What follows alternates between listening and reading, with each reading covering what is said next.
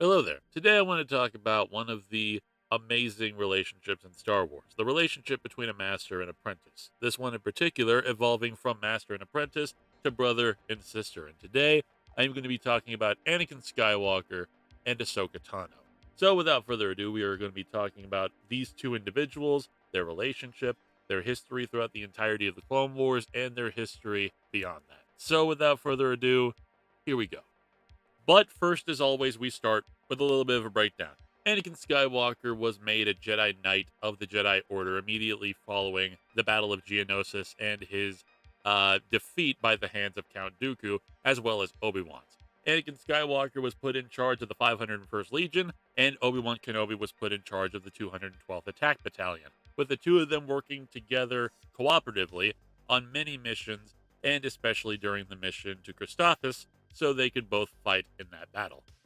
During which battle, Obi-Wan Kenobi and Anakin Skywalker receive a very important message from Master Yoda, saying that he's going to be sending a Padawan to Christophsis for Anakin Skywalker and Obi-Wan Kenobi to meet up with, and naturally, Obi-Wan immediately assumes that it's going to be his new apprentice, since Anakin Skywalker became a knight. But turns out, in an amazing plot twist, that the actual Jedi Padawan herself, known as Ahsoka Tano, would actually be the apprentice of Anakin Skywalker.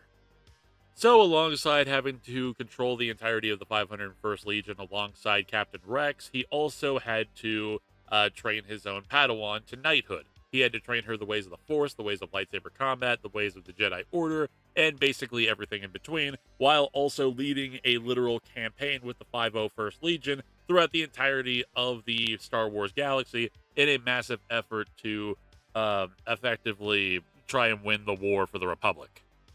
And throughout the entirety of the Clone Wars, Anakin Skywalker and Ahsoka Tano basically stayed side by side throughout the entirety of the ordeal. From the Battle of Christophsis all the way to the Battle of Geonosis, all the way to literally every single mission that they were ever a part of, Anakin and Ahsoka stayed together at all times, and she learned a lot from Anakin. She learned patience, she learned battle strategy, she learned Form 5, she learned all various kinds of tactical analysis and all kinds of battle strategies, including from several different other individual clone troopers who also had their own shared temperaments and their own shared tactical strategies and abilities that they shared alongside Anakin Skywalker as he was the general of the 501st Legion. And it would be because of Anakin Skywalker's teachings towards Ahsoka Tano that the two of them would both immensely become more powerful in their own right than they would be apart. Anakin Skywalker would guide her throughout the entirety of the Clone Wars, teaching her how to become a skilled tactician and even how to become a respected leader, as many of the individuals throughout the entirety of the 501st Legion not only respected Anakin Skywalker, but also respected Ahsoka Tano. While through their joint efforts, Anakin became a more emotionally open and loyal mentor, as his responsibility for Ahsoka Tano helped him mature and learn patience throughout the entirety of the Clone Wars. But unfortunately, something had to give, and that would unfortunately be the bombing of the Jedi Temple sometime in around 19 BBY, as a terrorist would destroy part of the Jedi Temple's hangar, and it would eventually lead to Ahsoka Tano being framed for murder, Anakin Skywalker finding out that the true person who led the entirety of the bombing was Barriss Offee. He would duel her, cause her to confess, take her over to the actual place where they were holding Ahsoka's trial, and Ahsoka would leave the Jedi Order and send herself into practical exile, as Anakin Skywalker was basically not really happy with the fact that his own apprentice literally left the Jedi Temple, and the two of them would never see each other again, unfortunately. That is until Season 7 of Star Wars The Clone Wars came out. Whenever Season 7 of The Clone Wars came out, it created this brand new storyline called The Siege of Mandalore, where Ahsoka Tano, working with Bo-Katan Kryze, basically worked alongside her and was trying to convince Anakin Skywalker and Obi-Wan Kenobi to give them reinforcements so they could attack Mandalore and take over the entirety of Mandalore back from the hands and clutches of Darth Maul. Of course, Anakin Skywalker was more than willing to send as many troops as possible, but unfortunately, around the time of the Siege of Mandalore, Coruscant had been attacked by the Confederacy of Independent Systems, causing General Grievous to effectively kidnap Chancellor Palpatine, which caused Anakin Skywalker and Obi-Wan Kenobi to hightail it immediately towards Coruscant, leaving Commander Rex, the newly appointed Commander Rex, to the accompaniment of Ahsoka Tano and to lead the campaign towards Mandalore to take down Maul once and for all.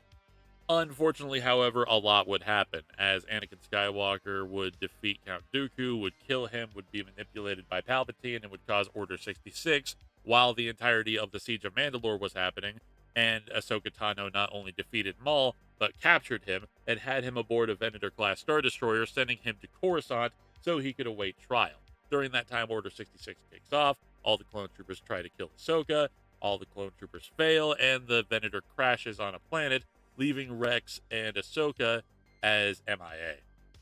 Meanwhile, Anakin Skywalker dons the Onyx armor of Darth Vader, and he effectively becomes the right hand of the Emperor, with everybody in the entirety of the Jedi Order effectively thinking that Anakin Skywalker was dead, with the exception, of course, of Master Yoda and of Obi-Wan Kenobi, who then go into exile in their own right because they feel like they have failed the Jedi Order.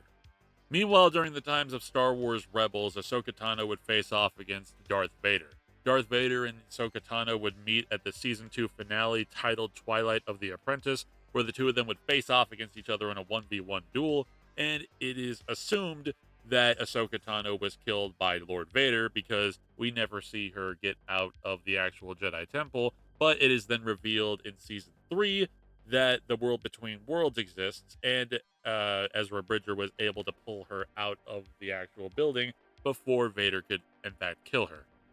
And this is where we get to the Ahsoka series and Anakin Skywalker facing off against Ahsoka Tano and teaching her one final lesson: to live or to die. Through the entanglement between Ahsoka Tano and Anakin Skywalker, she had to learn many important things. She had to face her trauma whenever it came to Anakin Skywalker, and Anakin forces her to face her deepest fears, particularly the fear of falling to the dark side, similar to Anakin Skywalker when he became Lord Vader. She also had to confront her guilt over Anakin's fall to the dark side, feeling as if she herself was a warrior, not a traditional Jedi, something that she felt extremely insecure about, since she's the one who left the Jedi Order and left Anakin alone, and she basically felt like if it wasn't for that, then she could have prevented Anakin from turning to the dark side. Along with that, Anakin also teaches her to stop suppressing her feelings and to embrace them. Not only to embrace, but also to understand her own feelings and everything that she feels on the inside, allowing her to become a more centered and hopeful individual, as well as teaching her that by letting go of her attachments to the past and Anakin's mistakes, she can actually accept her path and become the hero that the galaxy needs. An actual Jedi that can actually lead the Jedi of tomorrow and not just focus on the past and on everything that Anakin Skywalker did and everything that the old Jedi Order did on top of that. And of course, Anakin Skywalker will always be there, watching over Ahsoka Tano and everything she does as she is in this new galaxy, and we can only hope to see what Anakin Skywalker will teach her even further on down the line, as he is still a Force ghost on Peridia, and as he will teach her the ways of the Force later on in the future. I hope you guys like this video. I hope you guys really like this video. Make sure you hit that like button, subscribe, share, do everything you would like, and I hope to see you guys in another video. May the Force be with you.